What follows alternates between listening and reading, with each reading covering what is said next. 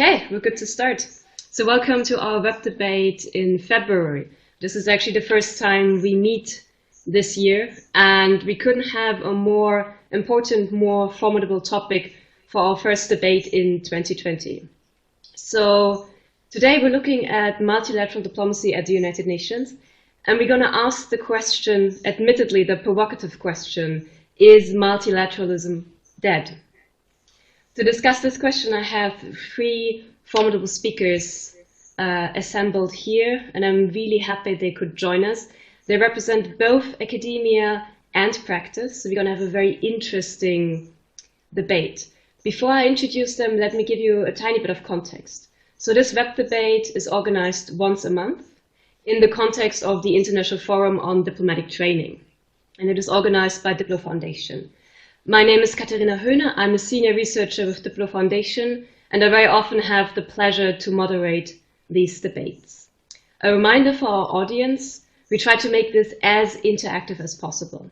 So as we start the discussion, as we start to explore the topic, your questions and comments are more than welcome, and are actually one of the key ingredients for the debate. So please don't hold back, type your questions and comments here in the chat or on YouTube as well in the chat, and we will get all these questions back into the debate. So the question is multilateralism dead? Is quite a provocative one, but I think especially in 2020 it's a very important question to ask, because this year is the 75th anniversary of the United Nations. And I guess there are very few people who would doubt the importance of multilateral diplomacy and of the United Nations. Yet we've seen some profound shifts in the approach of various countries to the organization, and some countries seemingly turning away from the organization. So what we're going to do to start the conversation is basically ask, what is going on here? What's the diagnosis? So as I said, I have three formidable speakers, and I'm extremely happy that they were able to join us. I'm going to introduce them very, very briefly. If you want to know more about them, you can check our event page on our website, diplomacy.edu. So I will be very brief and obviously won't do justice to their rich working and scholarly life. So we have with us Ambassador Amma Ayuwaili. He's the Egyptian ambassador to Serbia, but he served in various positions in multilateral negotiations at the UN before that. So he has, from a practitioner's perspective, a lot to say about multilateral diplomacy. Then we have Professor Dr. Manuel Fröhlich, who is a professor for international relations and foreign policy at the University of Trier in Germany. And last but not least, Professor Yolanda Spies, who is associate professor in international studies at Said University. And before turning to academia and before turning to diplomatic studies, she was a diplomat with South Africa for 18 years. So she's basically the embodiment of this kind of practitioner scholarly combination that we're exploring today. So to kick things off, as I said, we want to start with a diagnosis of the situation. And so the question basically is, how would you describe the perceived crises of multilateralism and the United Nations? What are the characteristics you see, and what are the symptoms? And to start us off, I would like to give the floor to Manuel to kind of start us off from his perspective as a scholar who has intensely looked at the United Nations and the Secretary General. So over to you. Well, thank you. Sorry. Thank you, Katharina, for the introduction and the invitation for this format. I'm very happy to be part of this discussion, and hello to everybody who is connected to this event. Well, the question of the death of multilateralism, let me start with a counterfactual. When was multilateralism alive and kicking? When was everything fine with multilateralism? I have the feeling that crisis and multilateralism seem to be a pair of twins that go together. And this has to do with the fact that what is at stake here is the organized regulation of matters of common concern in global affairs. And most of all, of course, the question of maintaining international peace and security. And so one should probably not be too surprised that not everything is running smoothly, because the subject matter that we are dealing with, the questions that we are dealing with, they are inherently contested. And there will be arguments, there will be differences of opinion. So this is the nature, in a way, of it all. And at the same time, I would argue that the UN, in moments of crisis, has at times managed to further develop, to adjust, to reform, and to bring new impulses to the international relations.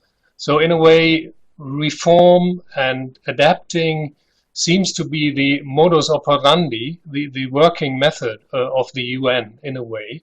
And crises are the inspiration at some time, but in any way also the challenge for them. One could talk about the Suez crisis being the starting point for the establishment of peacekeeping, which we didn't have in the UN Charter and which was a new step in world organization. And there may be other things that we could talk about. But let me be clear, I do not want to be apologetic with this statement by saying that, well, the subject matter is complicated and so we should be confined and satisfied with the state of affairs that the UN is in or that international relations are in. So I would argue still that at the moment we are experiencing a very deep crisis of multilateralism. And it may be useful at the beginning of our discussion to probably think about two different aspects of multilateralism. The one is multilateralism is about organizational procedures. And the other aspect of multilateralism is normative principles. So it is both a debate about how to do things. So this would be more the logistical part, if you like, of multilateral diplomacy, in what formats and in what instruments we take, what kind of politics do we have in order to follow through with this pursuit of global common affairs. And the other one is about normative principles. Multilateralism in international affairs was always connected to a certain standard of behavior, a certain way of acting in international relations, upholding the rule of law, trying to be respectful to the interests and concerns of other partners as they are conceived. Multilateralism is about the argument, some would say about the belief, that there is an inherent value in cooperation per se, and that you would go for a sustained cooperation among states, and a lot of these normative underpinnings of multilateralism fall into place in the aims and principles of the UN Charter right at the beginning. And I would argue that both the procedures as well as the principles are under challenge. And then let me probably conclude by only highlighting briefly 4 things. It's not an exhaustive list, but 4 things that would come to my mind. The first is we have a crisis of confidence in the UN. Can it deliver on the things that it is being confronted with? And does it have the resources to deal with that? And once again, here we see that organizational matters, like funding the UN system, go together with the belief in the values of the world organization. And one further aspect to illustrate this would be looking at the international civil service. The fact or the notion that we could assume that there is something as an international loyalty in international affairs represented by the staff of the United Nations is in a way under challenge. It used to be under challenge ever since the creation of the UN, but we see a trend in more and more politicized competitions for jobs in the UN systems, for high-level jobs. And the notion that people, once they have a job in the UN system, would follow up on their basis, so to say, on their electoral basis, rather than the international loyalty of the organization as such. A second thing to observe is obviously the retreat of the United States from the United Nations, which leaves a lot of openings, which leaves a lot of gaps, and is disruptive of the equilibrium that the United Nations was in for a lot of the decades of its existence. That per se is not that dangerous, I would say, but this goes together with an emphasis on transactional diplomacy, that you always have to have something out of cooperation in an instant, rather than a long-term cooperation that would come back to a pattern of multilateral cooperation.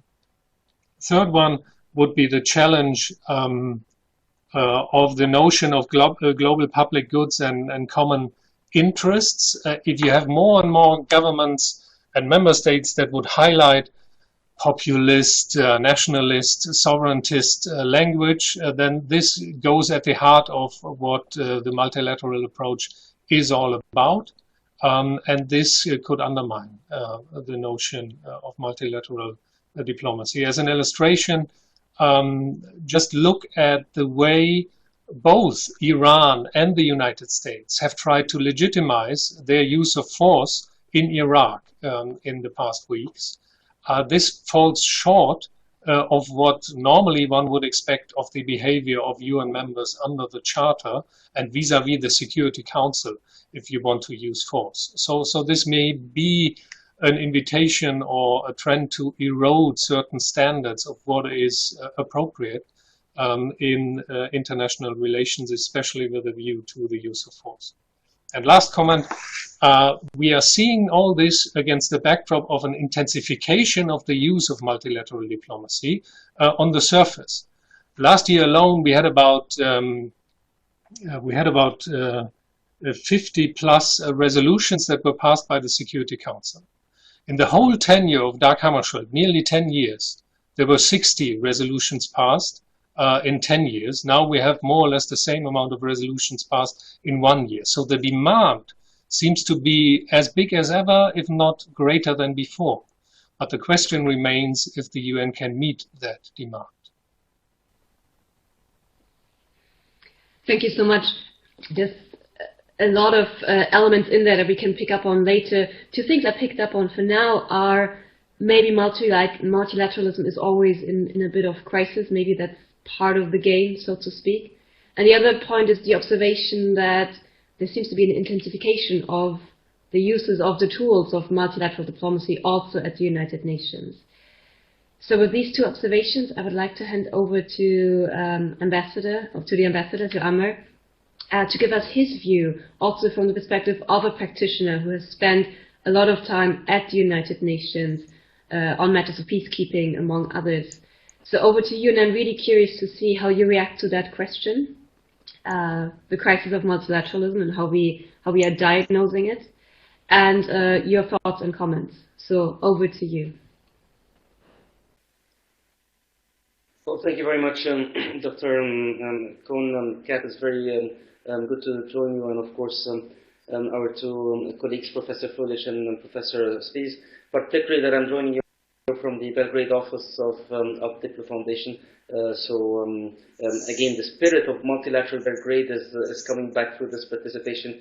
Belgrade has always been, of course, a cornerstone of the non-aligned movement, and now there is this renewed, more or less, interest.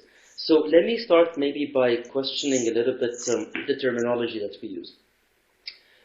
Crisis versus challenges. I think crisis is probably, we need to have some indicators that would qualify, should they be satisfied, for any certain situation to be termed as a crisis. There should be an imminent risk of the faltering of the whole system. There should be an imminent, or there should be clear indication of major players and actors opting out, which I think is not necessarily the case, even as challenging as it may look for multilateralism at the moment. Well, is multilateralism facing challenges? And the question is, of course, yes. Has it always faced challenges? The question is probably also yes. Are the challenges now more serious or more more serious or more apt for adaptation, then this is what we can discuss. There are attempts to restructure, to adjust, even sometimes to avoid or bypass multilateralism. But does that elevate to the definition of crisis? I think this is a question that we should all think about more profoundly. The second thing that I would like to mention here, and probably as you mentioned from the view of a practitioner, is that there are different levels and facets. One only gets that that feeling when one participates in different and diverse processes of multilateralism in general and of the UN in particular. So you realize that there are those different facets. For example, there is technical, should we call it such, multilateralism versus political multilateralism. Are both facing the crisis and facing a crisis, or are both facing the challenges to the same degree? I would argue not. I think there are many examples of so-called technical multilateralism where the process is working well and the outcome is actually relevant and being implemented. The higher we get on the spectrum of low to high politics, then the screen or the picture may differ. But it's important for us analytically to know that there are those two facets and that they may be facing different degrees of challenges, or even some who may be doing well and the others not necessarily as such. The other also facets and different facets of multilateralism that I would like to raise is process versus outcome. Are the processes of multilateralism facing a crisis? Are they facing challenges? Or is it the outcomes that are more facing such repercussions? I would argue that the process overall is working, is functioning, not necessarily leading to the outcomes that we would want at the time that we would want, but that is a different, as you said, level of analysis and diagnosis. I remember very much a colleague of mine from one of the P5 diplomats, and I used to be a very active G77 negotiator and so on. She would come and tell me, Homer, don't worry, we're here not necessarily to reach consensus, but to build consensus. Meaning that the outcome may not necessarily be the result of this process at this time, but at least we are there all committed to discuss, to negotiate, to deliberate, to dialogue, and then the outcome may be in that particular phase of the process or later on. So process versus outcome is also a necessary differentiation in the level of analysis that we could adapt to differentiate between is it a crisis or challenges and what degree of severity it is. The third thing is, and maybe that's of a different level and facet of multilateralism, is that the degree of participation in any particular process is one that we should look at. I would argue there may be challenges or even sometimes crises of meaningful participation, even if the process itself appears superficially to be ticking off all the different essential elements. Meaning that it is not enough to have the 193 members participate in any particular process. Basically, by signing off the participants list, it is important that the negotiating process be as open, participatory, democratic, transparent, for them to have a meaningful participation in the decision making. Maybe one last differentiation in the facets and levels and maybe even functions of multilateralism is, and again that will help us to determine whether it is actually facing a crisis overall or challenges and which ones are facing it and which not, is the everlasting question of multilateralism as a reference, multilateralism as a basis for international legitimacy, and multilateralism on the ground, operationally, implementation-wise, and so on and so forth. The reference dimension, I think, is not necessarily facing a crisis, right? Because we do have the charter, and no one has challenges to the extent of calling it irrelevant or obsolete. We do have the resolutions and the outcomes, and again, very few would actually challenge their legitimacy, their relevance, and so on and so forth.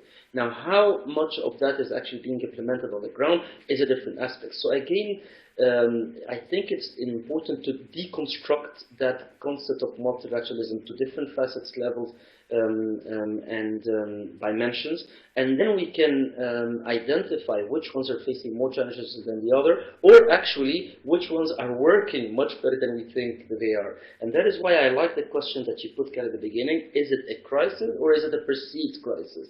And that differentiation also helps us to pinpoint where exactly are the major weak points, and where are other aspects that may be running quite well, but we're not necessarily aware of it, or if we're aware of it, we're not promoting it as much. And I only indulging or in heavy engagement as a participant in such processes would allow us to make that differentiation.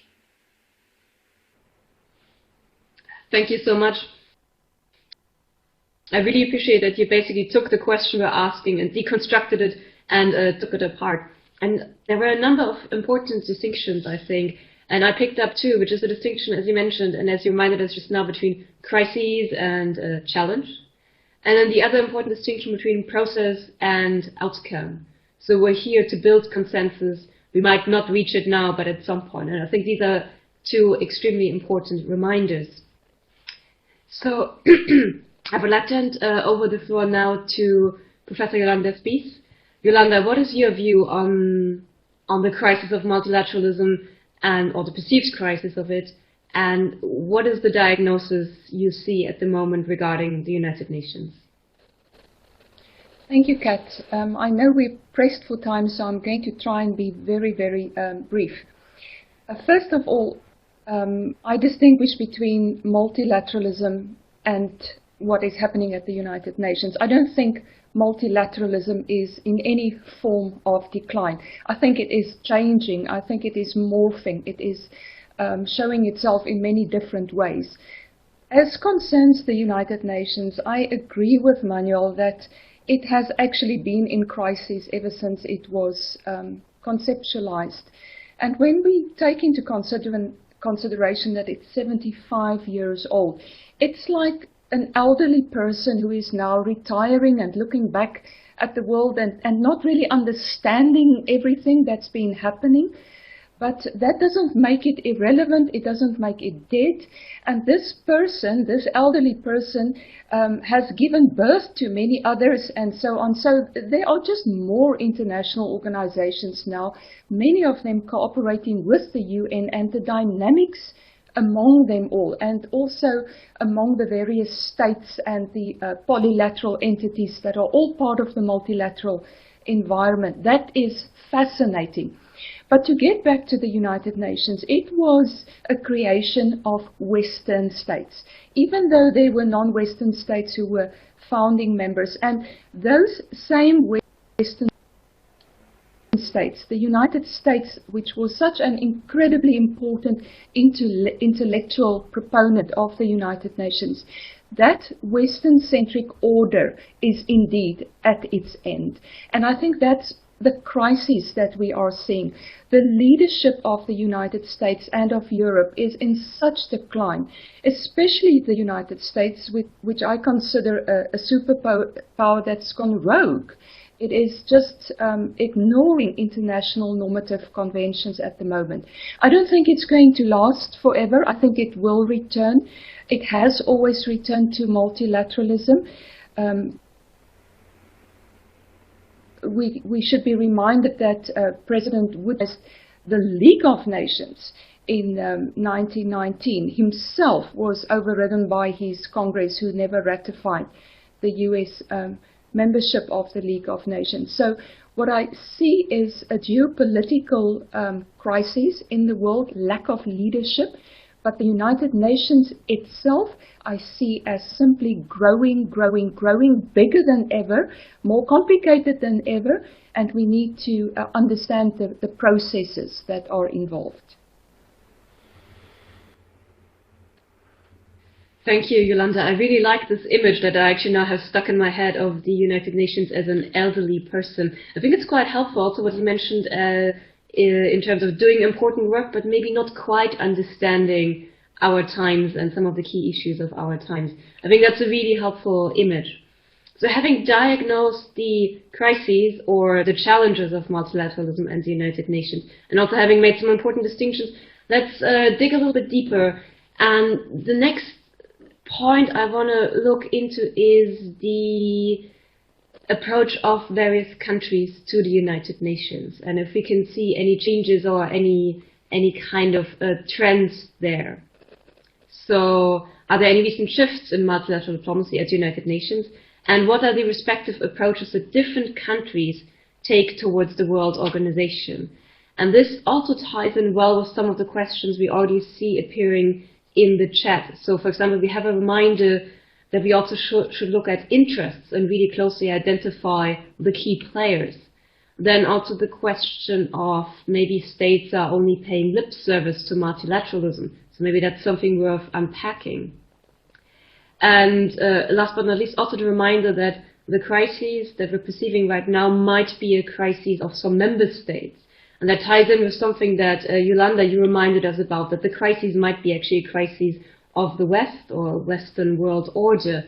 And Yolanda, given your work, especially looking at the diplomacy of small states and the diplomacy of developing states, why don't you start us off with that particular question from that perspective? Kat, coming from the developing world, for us, what we are having at the moment is not quite new. We've always been marginalized and dealing with power politics. I think the angst is more profound in Europe and in North America.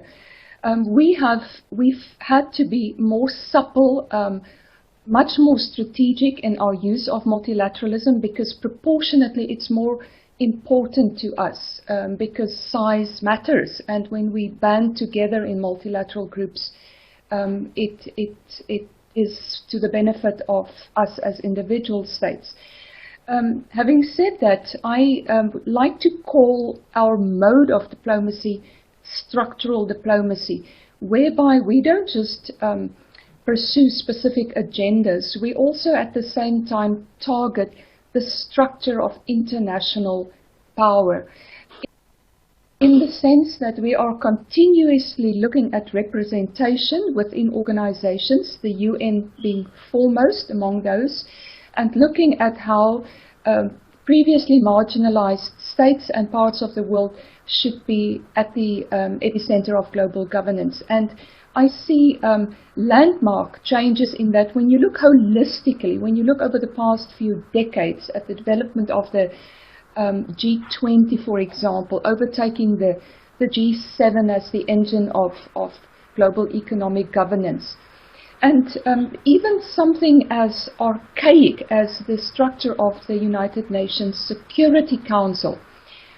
We know it's almost a dead debate to have that body transformed, because the P5, the permanent members, have veto rights and they can just block any transformation as they please. But what's happening is that in reality, the United Nations Security Council is no longer able to guarantee peace and security globally. It has to do so in very close cooperation with the regional organizations. And that's where we see the rest of the world really coming to the big table of political governance, where key decisions are now taken within regional organizations. And if those organizations are not on board, the Security Council cannot really move ahead with anything. So that's all I want to say about us as you know, the rest of the world, that we see this as a continuous struggle for representation, that we've made some progress, but that there is a long way to go. I very much agree, and thank you for the reminders, the struggle for representation, but also this term you brought into the debate, structural diplomacy. That from the perspective of developing countries, it is about changing representation and the structures of some of the key organizations, or shifting where power is exercised. I would like to take these observations back to the ambassador, to Amer, from his perspective as someone who has been involved in diplomacy at the United Nations for quite a while, and who's now Egyptian ambassador to Serbia. From your perspective, what is changing in terms of multilateralism, and what are some interesting shifts in terms of specific countries that you observe? So I think one shift that is more recent is this so-called recourse to minilateralism, which is I think a new term, but even the very composition of the term tells us something. Is that yes, there is no necessarily divorce from multilateralism, but it is being but the step in between or so is a close coordination, a preparation, harmonization of interests at a more restricted, limited membership level, and then trying to multilateralize that agreement through, or that accord, through one of the established multilateral organizations. And probably that shift is telling us that in a way it may make multilateralism appear to be the same in terms of format, in terms of structure, in terms of legitimacy and base, but not reflective as it should, or actually, as some would argue, as it used to be, of the overall membership and collective interest. So probably that shift in multilateral diplomacy is one that needs to be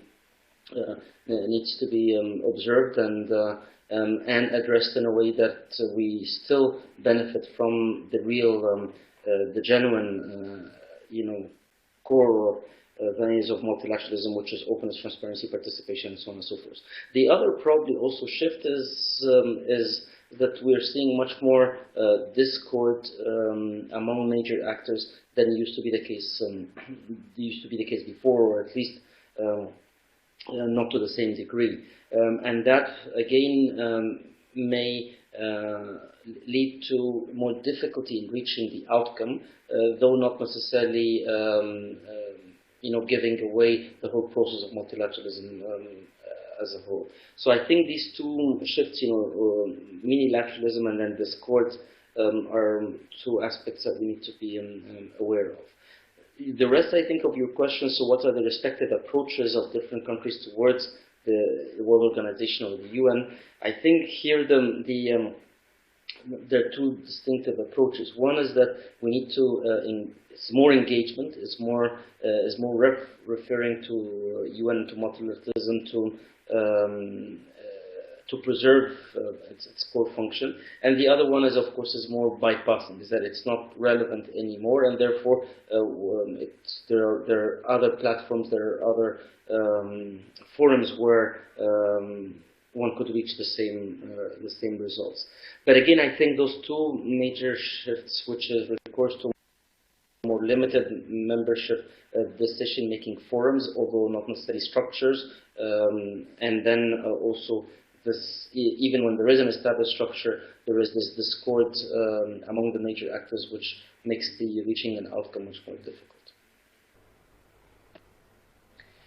Thank you, Amer, for bringing in these, well, there were lots of points, but these two key points, and especially in my mind, minilateralism as perhaps a shift in how things are done diplomatically really sticks in my mind. So last but not least, over to Professor Fröhlich. Manuel, what's your perspective on this in terms of shifts in how multilateral diplomacy is practiced and different approaches of different countries? Well, I would see probably two contradicting dynamics here happening at the same time. The first one is that, speaking about the UN, it has taken on more and more definitive normative work about from human rights to sustainable development and all these things that would not have been conceivable under the framework of the Cold War, where the UN more or less was content of being in the middle and trying to alleviate tensions and had it within limits its own agenda. Now, since the end of the Cold War, we can observe the chance that the UN system pays tribute to the original founding idea. But this original founding idea comes with a lot of normative stances and policy programs and implications that, of course, will create resistance and contestation and struggles by a diversity of actors. If you do not follow a path of, for example, even in declaratory terms, of human rights and democracy, you will not have a lively debate on these issues. But if you do, if you make this part and parcel of your programs, then this inevitably will bring up normative clashes and problems. So the UN is getting more engaged on these things. And at the same time, we see that there seems to be a breaking point to what the UN can do on its own. I would agree with Yolanda, who said that regional organizations come into play, and also that other formats, as Amma has said, other formats of multilateral, minilateral diplomacy would come into play, which make the UN more and more an enabler of multilateral politics rather than the implementer of multilateral politics. And this has started for quite some time now, and I think the UN in a way is in limbo, so to say, trying to reconsider those things in which it can make a positive impact, and other where it needs to partner or where it should partner. So we are probably also talking about a division of labor, if you like, on the international scene, and how a multilateralism of multilateral fora can be organized on a meta level. And at the same time, we have already in the dynamic, the first one that I described, a mainstreaming of international and multilateral diplomacy, in that multilateral diplomacy has become part of our everyday life, and is a reality of global politics that tends to be or cannot be reversed, actually. So these two things happen at the same time, and the organization probably has to decide at one point to go in this direction, at another point to go in the other direction, and this may account for the somewhat uneasy position that it is in. Thank you. And this actually, what you just said, ties in extremely well with a comment we received from Ambassador Stefano Baldi, who reminds us that there are lots of technical international organizations that are quietly doing their work behind the scenes. And as you reminded us, our everyday lives are in a way governed by this and structured by this and depend on it because we're so intertwined with everyone else in the world. I think that's a very important reminder that we tend to forget sometimes in the debate. Yes, please go ahead. With that, and that is why you remember when we were like opening up and talking about the different facets of multilateralism, the technical versus political, the process versus outcome, and to do just to the whole system, we need to decompose or deconstruct the system onto those different levels and facets in order to really pinpoint which ones are facing a crisis, if they are at all, and which ones are doing pretty well, and then how we can extract lessons learned from those that are doing relatively well and export them or implement them at those which are facing more challenges. That's a really important reminder, and it's actually a call for, well, much more research, but perhaps also a call for the topic for the next web debate or one of the next web debates. So thank you for that. Time is advancing extremely fast, as always in these debates. So as we said, we're going to close 10 minutes earlier, which means we only have about 10 minutes left. And in my mind, that basically means we have about time left for one more question or one more intervention from each of our speakers. And so to bring everything together, I have one big question. Before that, I also like to bring in another key comment and question that appeared in the chat into the discussion, which is basically the question, are we communicating enough about what is done at the United Nations, what is done in terms of multilateral diplomacy? And do we have the kind of quality journalism that is able to communicate that? If I may bring in a personal observation, I don't think we have, and I think there are lots of ways to improve that, to improve our own communication about this practice as practitioners and as organizations observing the practice and participating on the sidelines, but also in terms of quality journalism. But now for the big question that I promised. So we mentioned lots of issues in this short time that we had, and we acknowledged that maybe it's not a crisis, maybe there are just certain challenges that we need to identify more closely. But what are the possible responses? And then more importantly for our speakers, what are your reflections and hopes for the future of the World Organization? So with this very big question, I would like to give the floor again to our speakers for their reflections. And I would very much like to start with the ambassador, Amma, taking this very big question about hopes and dreams for the future of multilateralism and the UN. What is your response as a practitioner? Thank you again. I think maybe as a summary, we need to recognize or answer the question: is multilateralism a luxury or a necessity? And the only answer to this is by analyzing the evolving global or international relations in general. The world, for sure, due to different processes, due to the information and technology age, due to the globalized activity, to the interdependence, so on and so forth, is becoming more interlinked. So by mere fact that the structure of international relations itself is becoming more global, then there will always be a necessity for a set of regimes, a set of structures to manage those global phenomena. So it is a necessity and not a luxury. Having said that, the minute we hopefully take that assumption and adopt it, then what type of multilateralism can best serve those global phenomena? And I would say it is the multilateralism that is based on wider ownership. If there's one lesson that I learned from many negotiating processes within the UN and in other international organizations, is that the wider the ownership of the process, the more stake for every actor participating and engaging for its success, and therefore the genuine contribution to a constructive outcome. So if there is a hope, it will be the hope that multilateral institutions adopt, and the actors in these institutions adopt an approach of wider ownership to be able to face those global phenomena or manage them or reap the benefit for a more wider audience.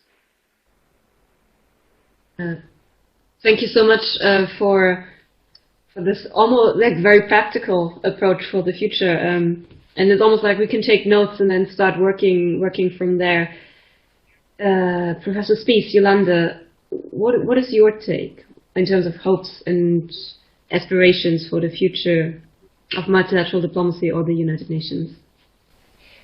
Kat, multilateralism as an instinct is about transparency and inclusivity. And I think the conceptualizers of the United Nations had no idea that in 2020 there would be so many voices in the world who are being heard, sometimes all at the same time, creating almost a cacophony of noise, but that we need to create forums where we can make sense of all these voices, and we can prioritize the issues that they bring to the agenda, because we have so many more issues on the United Nations agenda than we had before.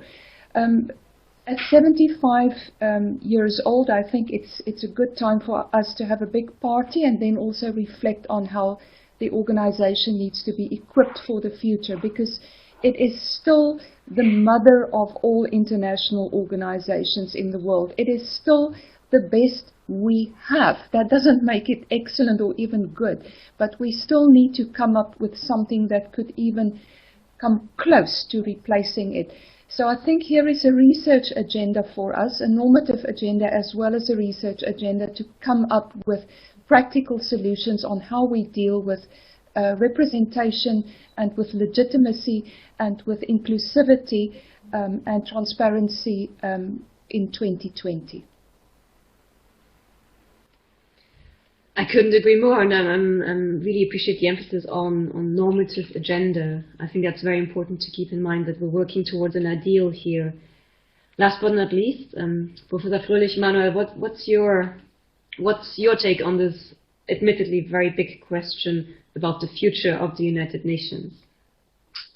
Well, there are some doubts, and there is probably a little bit of hope as well. And as I said, this may be part and parcel of this experiment in world organization through the decades. The doubts are still if the UN can manage to organize this division of labor of diverse actors, if it can keep the position of being the universal world organization, if it can reconcile different hopes of political equality and representation, if it can fulfill the promise of inclusivity.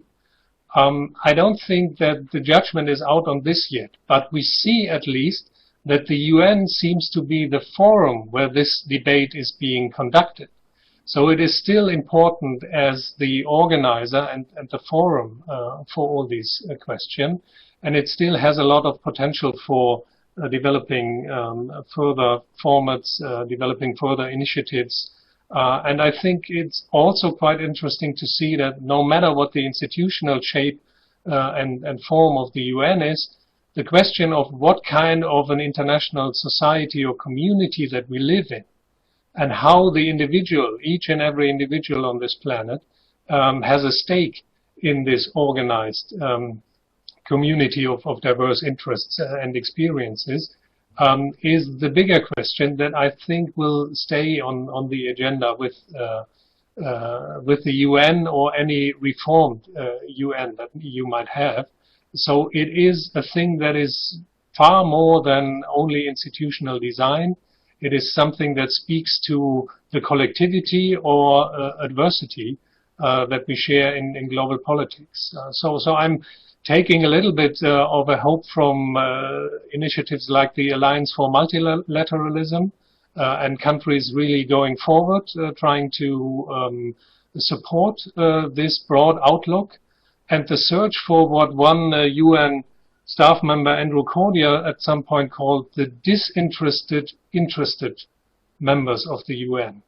You have to have a stake in the process. You have to have an interest in that, but not only narrowly following your national interest, because this will not pay off and will be a scale to which the UN never can measure up. So basically, I would say that even with 75 years, there's no time for retirement, I'm afraid.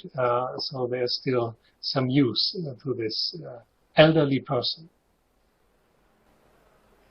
Thank you for these final words to our three speakers.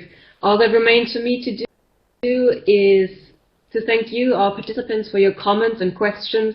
We had many interesting and pertinent observations in the chat, which kind of threw up new topics which we will take up in future web debates for sure. But most importantly, let me thank our speakers for today, who kind of delivered a detailed critique and analysis of the status quo of what is happening right now with multilateralism and the United Nations, but who also in different ways gave us a lot to do for the future, but also hope for the future. So let me thank Ambassador Amma Agiwali. Amma, thank you for being with us today. Let me thank Professor Yolanda Spies. Yolanda, it was a pleasure to have you. Last but not least, let me thank Professor Manuel Fröhlich for joining us today. With that, we close today's discussion, but we will be back next month with a different topic, but again, a topic that will help us unpack some of the key issues we are facing today in diplomatic practice. So many thanks for all of you, and I will see you in 1 month.